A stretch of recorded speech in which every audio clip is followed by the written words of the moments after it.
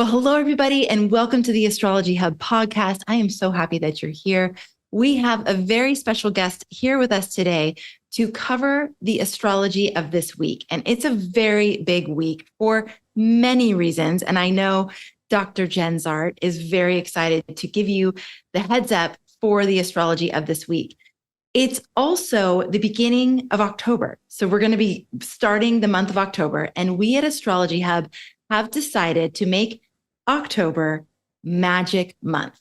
And so as part of Magic Month, we're going to be having podcast episodes that are around the themes of magic, astrological magic. What is magic? Why would you even want to pursue magical living? And really, how do we re-enchant our everyday lives? And we're also going to be having a costume contest. So any of you who have an astrologically themed costume, you can take a picture of yourself or have someone take a picture of you and submit it to us. And when you do that, you will have the chance to win some amazing prizes. The third thing that's going to happen during Magic Month is that we're going to put some of our astrological magic classes taught by people like Dr. Jenn Zahrt, Gary Caton, Rachel Lang, some other amazing teachers. We're going to put those on sale for 33% off. So stay tuned for more details about Magic Month. Be thinking about your costume. And we're going to give you more details on how to actually participate in Magic Month very, very soon. Okay. If you're not already subscribed to our Cosmic Insider, make sure you subscribe to that so you can get all the details as the different events become live. That's astrologyhub.com/insider. And that's free. You get a newsletter from us every week.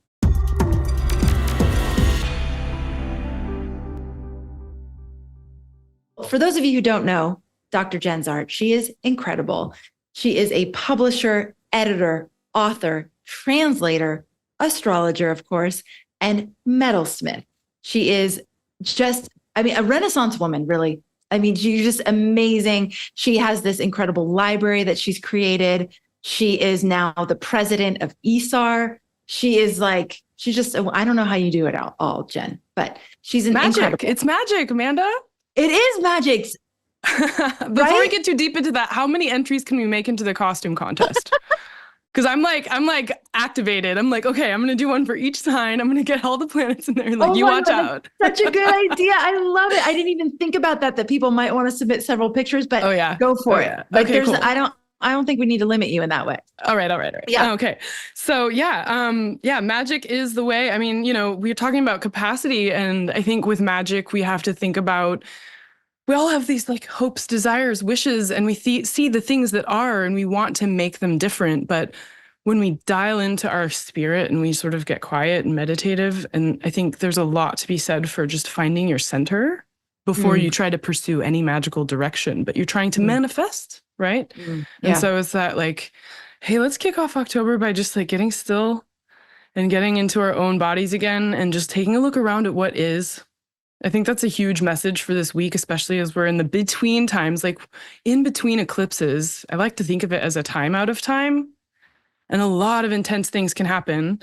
And I say intense, that's a word, it's actually kind of neutral, right? Because it's not necessarily good or bad. It's just intense, Yes, exactly. Yeah.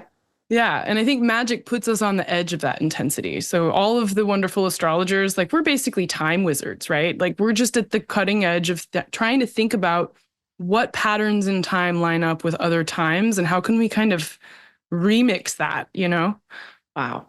I love that. I also love the visual of really just bringing the divine elements, the unseen elements into manifest form and working with our intention to actually bring those things into reality. And there's so much to explore with astrological magic. Of course, there's ethical considerations and where is that border between trying to control and manipulate versus align with the intention of the universe itself. And, so many different things to explore. But what I've noticed in retaking all of our astrological magic classes, which I've been doing lately, which is so fun, but I've been noticing that all of you teachers of astrological magic, you're talking about reconnecting with your own soul, the soul of the universe, and the actual like the emanating force of life itself. It's mind blowing. And that we, like you said, we're time wizards. Like we actually have the opportunity to do this in these bodies at this time. So I love your perspective. And Jenn gives very practical, tangible ways to work with magic that are really fun. Like if you want to go down the rabbit hole, Jenn is a fun person to go down the rabbit hole with. Seriously. Yeah. I've been playing a lot with, so when we're talking about the zodiac, for example, and we're looking at essential dignity, which is kind of telling you how inherent, like what kinds of power does a planet have in this degree of the zodiac, right?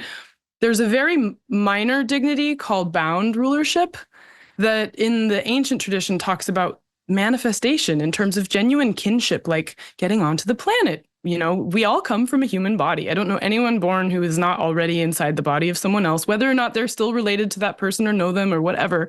And so I've been looking at astrological magic from the lens of that quality of bound or term rulership to talk about how do we genuinely manifest actual results, right? I want to know what I can actually make happen. I want to know the quality of that happening and what it's going to feel like, what it's going to taste like, what the texture is going to be, and not keep things so abstract and theoretical, you know?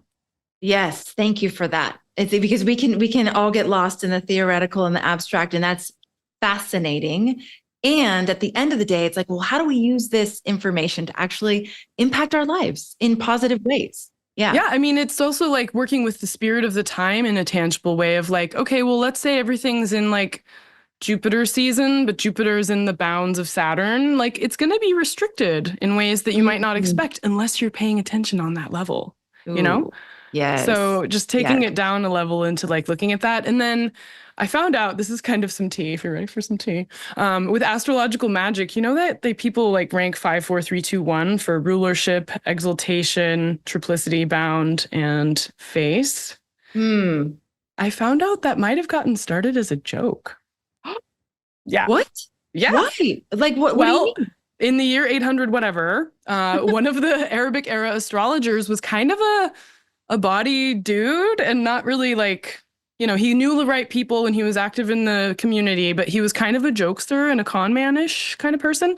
And in Ben Dykes's volume of Persian Nativities too, he talks about this person. His name is Al-Anbas.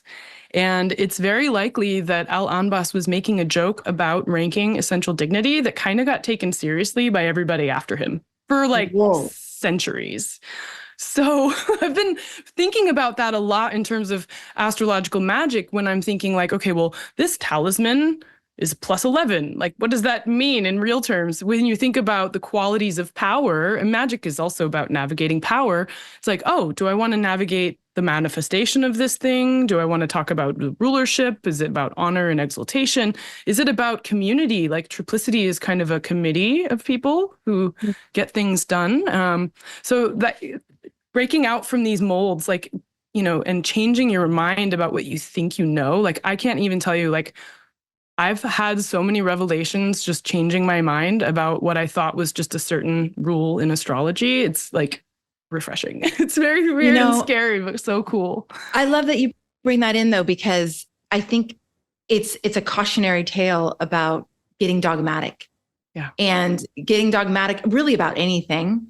But that happens when we don't have our own relationship with the thing, when we're not in communion with it ourselves to actually be asking those questions and not just taking things because someone said it. We all start there, right? Like that's the place you start is you learn what the other people have found about something. And there's nothing wrong with that, but getting stuck there and thinking that because you've always talked, Jenn, about how astrology is alive. It's like, it is a sentient being. The whole entire universe is alive. And so when you get, I don't know about you, but there's people in my life, my daughters, my love, I learn new things about them all the time. You know, just when I think I know everything, it's like, whoa, you just really surprised me. Like, that's amazing. Yeah. Right. So that's the same thing can happen with astrology. Even last night, preparing for our conversation today, I learned something new about my chart and had goosebumps. Amazing. I was like, And oh my God, I love you, Amanda. This is awesome. what Thank you. what- I don't talk about my chart publicly, but it is related a little bit to an aspect that I'd like to talk about during our conversation around the week ahead. And it's one of those like, you know, when you're paying attention to anything, and I think being a good magician is really critical about paying attention to what's actually here and what Mhm. needs to happen next and being sensitive to like listening to what needs to happen or what, there's the will, like, I want this to happen. And it's like, but why, And you were saying about cautionary tales. It's like, yeah, don't do coercive things. That's a little weird. We don't want to get caught up in those stories, right? Like we don't need to foist our power on top of other people. It's more about how do you actualize what your will is in a way that is going to manifest the things that push you into that next level for yourself, whatever that might be, Yeah. And that quality starts with simply being present and paying attention. All of the non-astrological magicians I talk to always recommend meditation. It's nonstop all the time. They're just like, oh, but you also need to meditate. And I'm like, why are you guys all saying that too? Like you can do all these other tips and tricks, but they're like, you need to meditate. And I'm like, that's because very consistently, right? Yeah. I know. At one point I noticed that too. I was like, wait, every single person comes back to that. So probably I should pay attention and maybe I should try it out. And it's been this entire year, like completely consistently. Like I would always like do it and then not do it and then do it and then not do it. But I've been like completely consistent and it does change everything. Yeah. I think I'm a little demand avoidant. So when they're like, you need to meditate, I'm like, that's the last thing I'm going to do. But so, that happens too. But I think there's ways to meditate that aren't like the overt, just like sitting down and being quiet. I think there's, we can get into our own flow. But yeah, so, as long as we can build the muscles starting there in terms of paying attention carefully. And the more you pay attention to astrology, like the more it pays attention to you. And meets you halfway and says, oh, by the way, there's also this in the corner and check out that thing over there. And you're just like, wow, I've known you for 27 years and you're still unfolding, Oh, so. Yes. And again, if we have that approach with all of life, right? The people in our life, the experiences, it's like it is continually unfolding. Mm-hmm. And then we get to delight in the magic of that. Nothing becomes nothing's stagnant that way. And it's just, it's so good. Okay, Jen, let's talk about the week ahead. I know that you are excited to talk about this week. The first thing I want to say is poor Jupiter. Oh my goodness. Jupiter is in the 21st degree of Gemini. It's at 21 and change, and it's going to be there for an entire month. Whoa. Because it's stationing on October 9th. And I know that's just a bit after this, but I just want to focus our minds on that idea that like Jupiter is in that degree of Gemini for about 30 days, right? So until October 22nd. That's a long time to spend in 1 degree of the zodiac.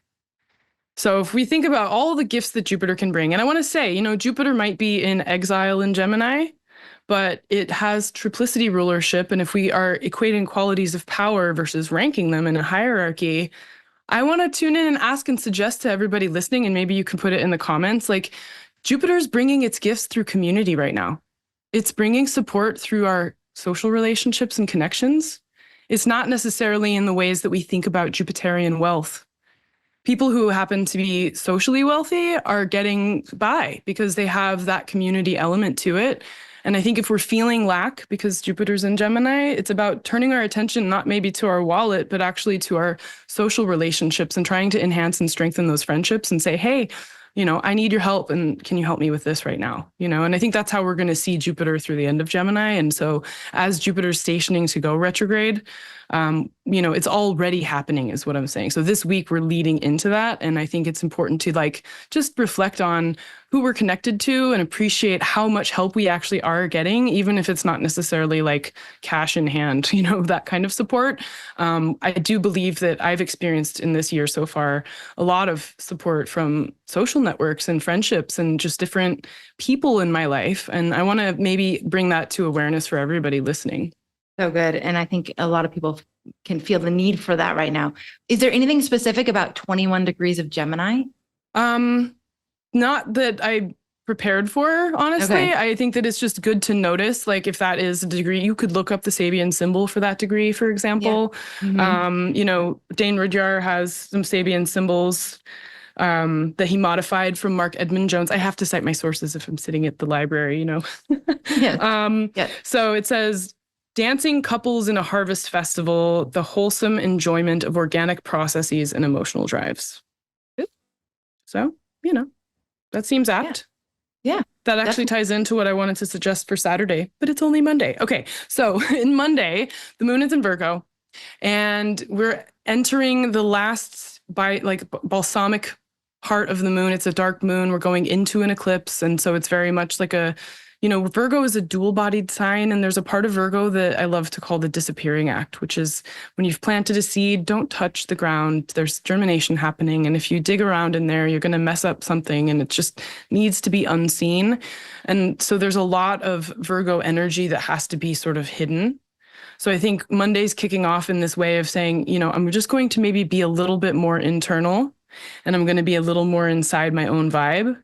And the moon is then going to conjoin the asteroid Vesta. And Vesta is my favorite asteroid. It's the only one that I love to talk about because we can see it with the naked eye.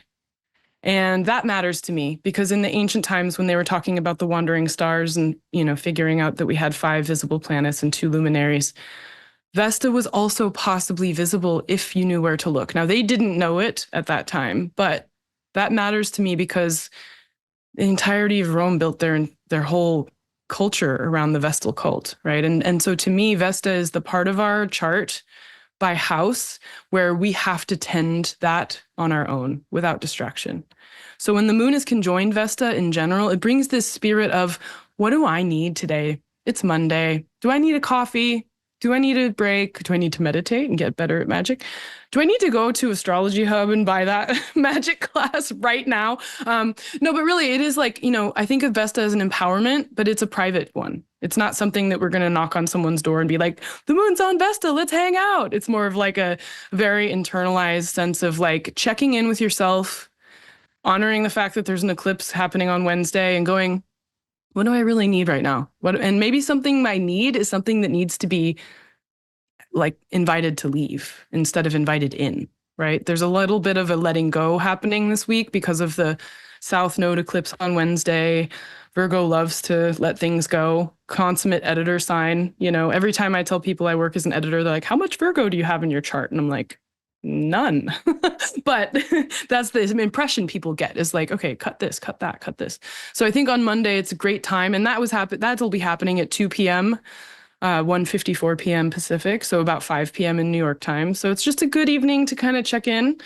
And the other thing that's cool is right around that same time, 2:09 p.m., we have the superior cazimi of Mercury with the sun. This is a really great time to set some intentions because it's not the retrograde point of Mercury being conjoined to the sun in the heart of the sun. It's the direct one. So Mercury is very quick on the other side of the sun, clipping along in Libra, moving with the sun into that solar eclipse that's happening. And so this is a transition point in phase. When we look at the Mercury cycle, when Mercury is before the sun, we're getting it in the Promethean, like, let's move forward. We saw a lot of energy around thinking about the future and hope. And after this evening on Monday, we're going to be looking backwards. The Epimethean myth is that these are the creatures that were forced to look backwards and be reflective. So for the next parts of the Mercury cycle until the next retrograde, there is, again, this quality of looking back, reflection, thinking about the way things are done, doing things the way they're supposed to be done, not really rebelling in the same kind of Promethean way that you see when Mercury is a morning star. So you have this sort of transition on Monday night into this balsamic moon, dark moon, Vesta, what are my needs? And like, let's think about the past. Let's look back on what's been happening, right? And so I think that's an important thing to honor. And again, there's also the lore with astrological magic. A Mercury cazimi is a powerful time to be working with Mercury. And it's, a very important thing to think about also that Mercury will be in its own bounds, which means that it's actually very strong in terms of manifesting mercurial things. So contracts, anything that you're doing that really needs to have that clarity of purpose, I would definitely think that it's a strong night to be doing that. And this is Monday night. Yes. Yeah. 2 p.m. on the West Coast, 5 p.m. on the East Coast. Okay. Yeah. So everybody loves a good cazimi. So Tuesday kicks off the moon. You need to make a shirt that says that. Everybody What? loves a good Kazemi. Yeah, right. A bumper sticker, like Yeah. honk if you can see me, right? Um, so on Tuesday, blessed day of Mars, we have a lot of upbeat energy that turns into a kind of like fog, right? So you're like, get up on Tuesday and you're like, yeah, day of Mars. Okay, so 9 a.m. Moon is going to trine Uranus on the Pacific coast. That would be about noon on New York. I think it would be a great time to have an awesome lunch with someone. You know, you're like, oh, maybe somebody you want to catch up with and have a really dynamic conversation. But don't do the lunch cocktail because the moon is going to oppose Neptune. And it does this every month, right? So we're kind of in this rhythm of, okay, it's trining Uranus, it's opposing Neptune. What do we got? But by noon Pacific, 3 p.m. Eastern, it's going to be opposing Neptune, which is a little bit disorienting. So there's a lot of energy that gets started, maybe a lot of promises made, but we're in a dark moon. Enjoy the conversation. I wouldn't act. The Kazemi's over. It's a Tuesday. Just, I think just take the foot off the pedal a little bit on the pressure to like do something. I think it's better to just kind of like, okay, that was a great combo. The moon also this week is not void very long. So the moon at this point is in Virgo. By around just a couple hours after this moon Neptune opposition, Neptune's at the end of Pisces, right? It's going to go into Libra and it will only be void for less than an hour. So that's just a blip. I mean, you're not even likely going to even notice it. So then it's in Libra. The moon goes into Libra. Right as the moon is going into Libra is kind of a free-for-all that evening, right? The eclipse is the next day. So like, it's just the time to like it's a very dark moon. Once it's in Libra, it's in the same sign as the sun. And so it's a matter of just like taking time to pause. Okay. And then we have the eclipse coming. So tell us about the eclipse. I feel like I can't hear about the eclipse enough from like as many different angles as possible. Right. So do you agree that this is a big eclipse? I know we have eclipses a couple times a year. So yeah. So if you have Bernadette Brady's The Eagle and the Lark, which is now republished as Predictive Astrology in a new edition, this is part of the Saros cycle 8 South. So a Saros cycle is the eclipse family. Eclipses do this beautiful thing. I wish I could show you the picture of it, but they kind of wrap around the world. That's a tongue twister. Wrap around the world. Going from South Node all the way to the North, or South Pole all the way to the North Pole, or the North Pole all the way to the South Pole. And the shadow patterns create kind of this spiral on the surface of the Earth, all the way from the South to the North, or the North to the South. So for this eclipse, it's going from the South to the North. It began in the South Pole in the 1700s. And Bernadette takes the chart of the first eclipse as a kind of imprint. And in that chart, Saturn is conjoined the new moon and Mars, midpoint. So where Mars and moon meet, Saturn is there. That represents separation, loss, physical injury, not good things. A South Node is also minimizing or evacuating, right? And so I think some of the hype around this eclipse is that we do need to exercise caution. Anytime you see Saturn, Mars together, it's like, all right, let's just maybe simmer down a bit and not go too crazy, right? So I think that that's one reason why there's a lot of attention happening here. Her exact words about it do say separation and loss, to be parted, to finish something and to feel sad at its completion. Physical injury is also possible through straining one's strength. This is not the time to undertake strenuous physical activities. So, it's sort of somber. And in a way, it relates to the family of eclipse cycles that would have been recurring in 2006, 1988, and 1970, and so on. And you can kind of see recurring patterns if you wanted to, meditate on those times in your life, if you were on the planet by that point. And think about like, oh yeah, I see an 18-year story, because it takes about 18 years for these to recur. So it's not exactly the happiest news to bring, but I think also, the exact degree of the eclipse is at 10 degrees Libra. Anybody who has something at 10 cardinal will likely feel it, especially something at 10 degrees of Libra. And you want to also think, for more advanced people listening, if the sun and moon are not necessarily a time lord in your chart, you might not experience the same acuity of the eclipse as others, but you would likely notice other people in your life having some kind of experience. So we always have to remember when we're talking about these kinds of forecasts, not every transit happens to you, but it's happening, right? Right. Yeah. Jen, one thing that you brought up in your practical astrological magic class that I was fascinated by was you had done some experimenting with doing magic around eclipses. Yes. And this has been very present since the last eclipses. This question of, do we participate in magic around eclipses? Do we look at them? Do we go into meditation? And is it more of a quiet, reverent time, like a lot of the indigenous cultures did? Like, and I'd just love to hear your opinion and based on your experience of these things. So I was working with some plant alchemy procedures, and I was being a little rebellious, saying, okay, well, I'm going to try to do this working on a lunar eclipse conjunct Uranus just to see what'll happen. And I ended up breaking the machine. So that was like, obviously, okay, I could have predicted that. But it was something I had to go through my own lived experience of it to just see and test it for myself and feel it as well. Like feel the break, feel the burst, feel it going wrong, because then you can feel what that feels like so that when it starts to happen next time, you throttle back. With solar eclipses, I have to be honest, I did not go to any of the shadow points of the recent eclipses in the United States, either a number of years ago when it happened or even this last year. Why? I do tend to align myself with the more indigenous perspectives of like, this is unnatural light. We don't really want to look at it. And I think modern experiences are like, oh, let's look at this cool, freaky thing that'll never happen again for like 50 years. And it's like, or we could look at pictures of it, like, So I tend to be more on the like cautious aspect, but I do know there are times where I think if you are maybe inside, the energetics of an eclipse could multiply your magic. I've heard something like 1,000-fold.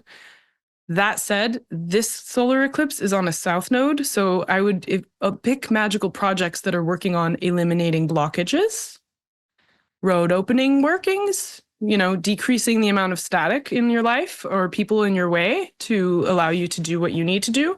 Because sometimes we have those people, they're just like, no. And you're like, why are you saying no? And they're like, because. And you're like, okay, I'm going to ask you to leave on this eclipse. Like, get out of my way. Other times with North Node eclipses, that might be a time to do something that's more oriented towards abundance or more, or working on something that's moving. But again, then that could be a little bit like Midas, right? Because he's like, make everything I touch gold. And it's like, oh, you didn't quite think that through, right? So I think that with any of them, if you're willing to go through with it, you can try. I think that it is risky too. I mean, obviously. Right. Yeah.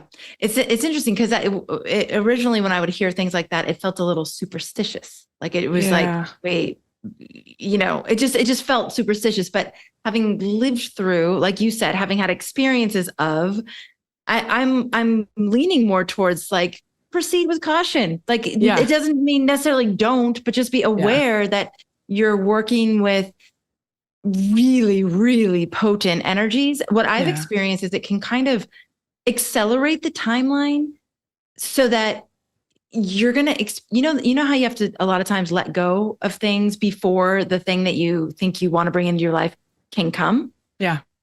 It can be sort of amplifying that process of letting go. So it can be extraordinarily uncomfortable for a period of time. And I think eventually it straightens itself out. But like, do you really want to throw yourself into the fire that way? Yeah. Well, and then there's also the idea of how much control do we have? Because I've had eclipses be exactly by degree configured to my natal chart where I was in the middle of something and I had no power to change what was happening. It was like I got swept up into a river and I landed out on a different shore and I'm like, how did I get here?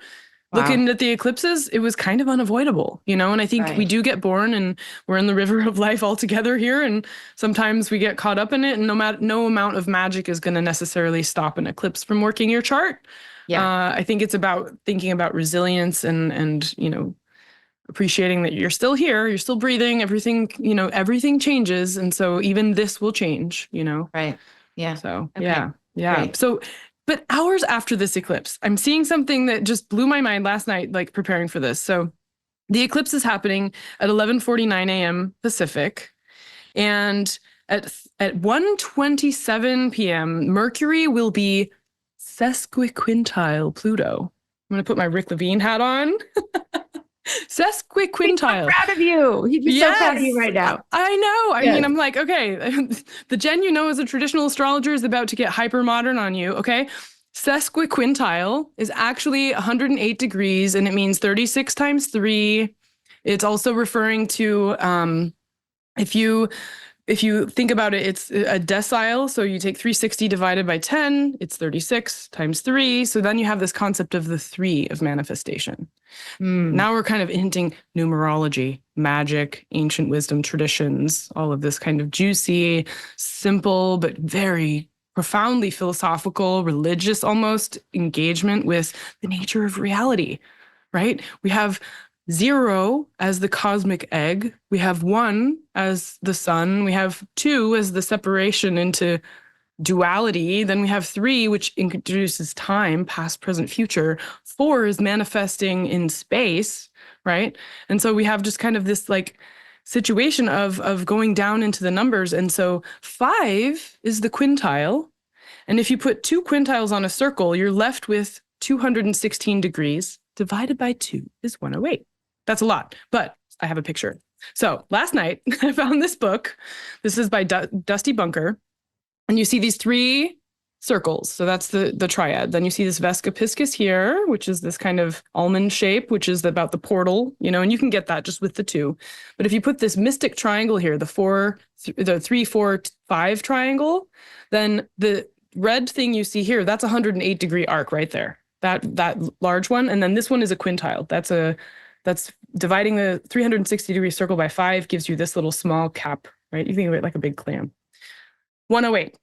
108 is a super important number. And so I'm like, okay, Mercury is going to be 108 degrees away from Pluto. What does it mean? Sesquiquintile or tridecile. And it's actually talking about the creativity that we bring to the world that outlasts us. It's the things that we are drawing upon in our ancestry that change the world. And I'm just going, whoa. And then, you're not going to believe this, Dusty Bunker tells a story about coming up with this concept of how to interpret the tridecile and says, and I have Mercury tridecile Pluto in my chart. And I'm like, what are the chances that I'm seeing Mercury tridecile Pluto hours after this eclipse? And then I pick up this book and the author's like, that's in my chart. Wow. And you didn't know that when you picked up the book. I had no idea. And then obviously I'm like, oh my God, I have to open up my solar fire and see if I have a tridecile in my chart. And I do. And I'm like, oh my gosh, it just clarifies, like, why am I so obsessed with this in my chart? And I could never make sense of it. My students have asked me, what's about that? And I'm like, I don't know. It's a tridecile. This is the legacy. This is the thing that you're drawing upon from your ancestors, which when you get deeper into magic, ancestors come into the fold because we all come from somewhere. It goes back to that concept of bounds and manifesting, but we were also manifested by our ancestors, right? So when we tap into that lineage, then we flourish. So Mercury triseptile Pluto, to me, or tridecile or sesquiquintile. I just love these words. It's like, oh, you want to learn something new? Just get into like all the minor aspects, which are not minor, because honestly, like if we think about the solar eclipse being something that's allowing us to evacuate, maybe some things that we're attached to, Mercury is coming to a conjunction with Pluto. So it's on the waning side of this tridecile, which is really a true, like, thinking about how we're going to navigate through looking at the past and making our way towards an opportunity to the future. Pluto's in the last degrees of Capricorn just for a moment until the end of this year. And then it's in Aquarius for 20 years. So this is in this eclipse, this is a true time for us to speak our wishes for our own legacy, thinking about what's happened since 2008 when Pluto entered Capricorn. What have I done? What has happened to me? what do I want to see happen when Pluto goes into Aquarius for good?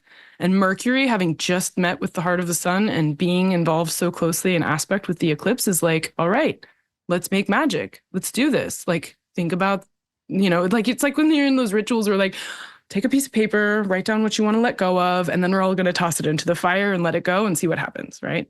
It's exactly like that, but it's so anchored. And the fact that the book I picked up to help me delineate the aspect has that exact aspect in the author's chart, I was just like, okay, I had goosebumps. I'm having them now, just even telling you this story. It was just like, I love astrology so much. Astrology is so incredible. It's yes. like, what? So, and this, a lot of people in the audience will appreciate the mathematical almost impossibility of that synchronicity, right? I know. The perfect time it's happening in the sky. You pick up that book and it's happening, and that you get to translate that for the audience, because what does it mean for each individual here? What is that legacy that you're leaving? What is that thing that will outlast you? And maybe you don't know. And like Jenn said, maybe this is about just being willing to release the things that aren't that, so that you can align even more fully with whatever that is. But Jenn, I have to marvel at the fact that I'm doing the final finishing touches on my book that I spoke to you about years ago. Yeah. Finally, that day, I have my final meeting with my book coach. And the book is very much about Pluto's dance in my chart since 2008, the last 16 years, and everything that's happened and all the transformation and all the stories that I have to tell as a result of that. And so it's just like, oh my God, now I'm over here getting my mind blown just listening to what you're saying, because how the astrology lines up so literally for us. Oh yeah. I have to quote Dusty directly when you say that. Creativity that goes on forever, long after the body has been transformed. If that's not a book, I don't know what is, because I have all these books here and like all these creative astrologers, including Dusty, who raised 4 children and then went on to be a super famous astrologer, published author. I'm just like, I love this creativity that lasts forever. It's true, so that's a perfect time to be doing that. Yeah. And I think also if we can all tune into that element of like our creative unleashing that is our permanent legacy, especially configured to Pluto, it's like, this is our chance. Pluto's still in Capricorn. It's all about that legacy, just like, let it go, let it happen, and it's so interesting. I don't know about all of you, but there is something, like you said before, that this eclipse has something to do with something ending that you feel sad about.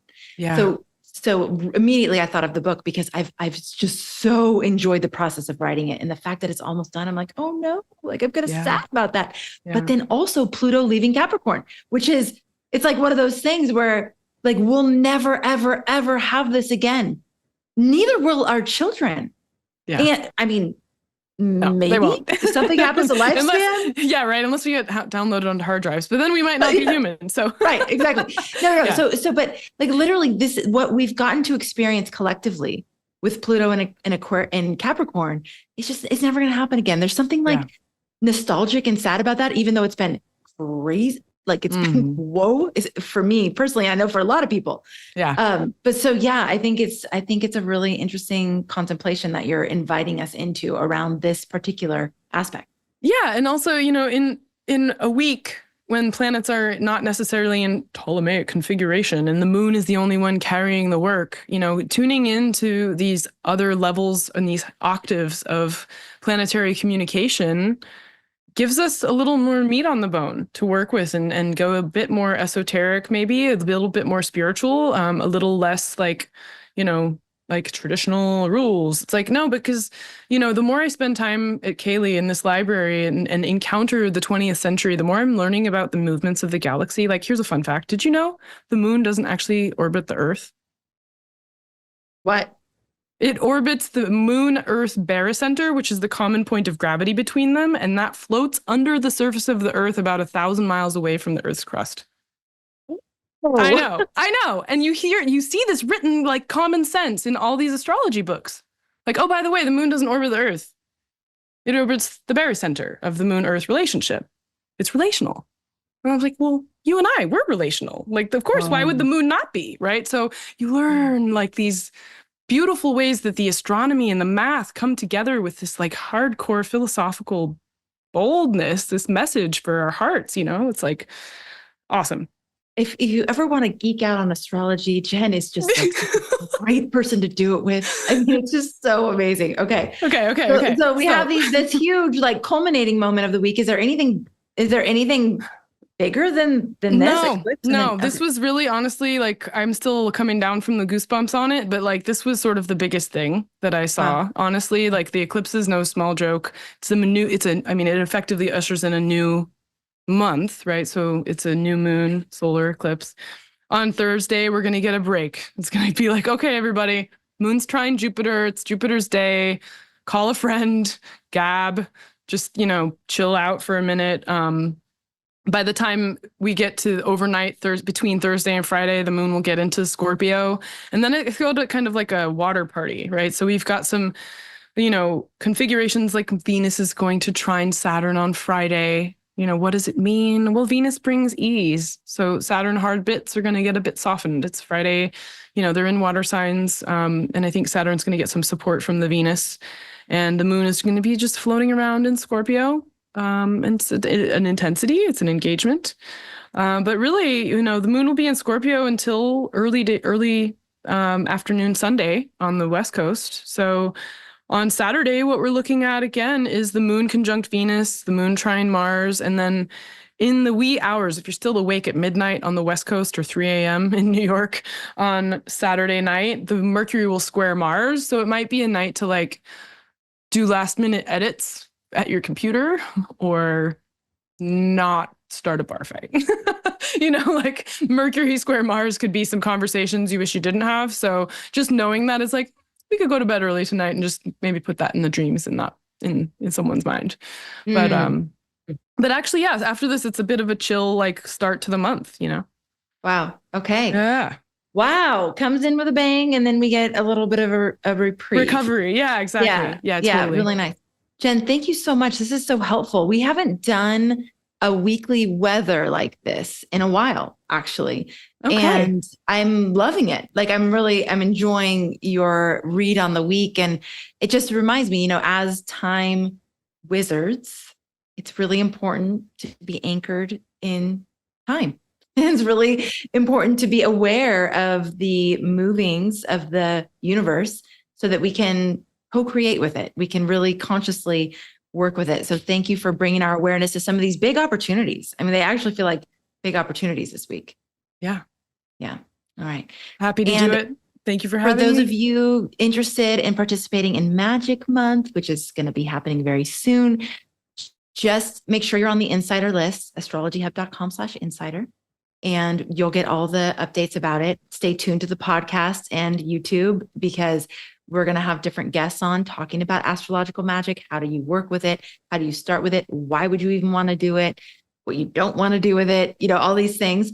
And then we're having, of course, our costume contest. So be putting those costumes together. And I want lots of selfies. And then we'll be voting on the top 3. And top 3 winners will get things like free membership in our inner circle and access to classes like Jenn's astrological magic class. And lots of cool little gifts and surprises in your goodie bags. Okay. Anything else you want to tell us, Jenn, before we close out? Anything else you want to share with us? Just feel compassion. Don't be afraid of the eclipse. It is a big thing, but, I think time moves on. We've gone through many eclipses, right? So just remember to breathe and be, and stay in orbit. So. Love it. Thank you. All right. Thank you, everybody, for tuning in. Thank you for being a part of our community. Thank you, as always, for making astrology a part of your life. Catch you on the next episode.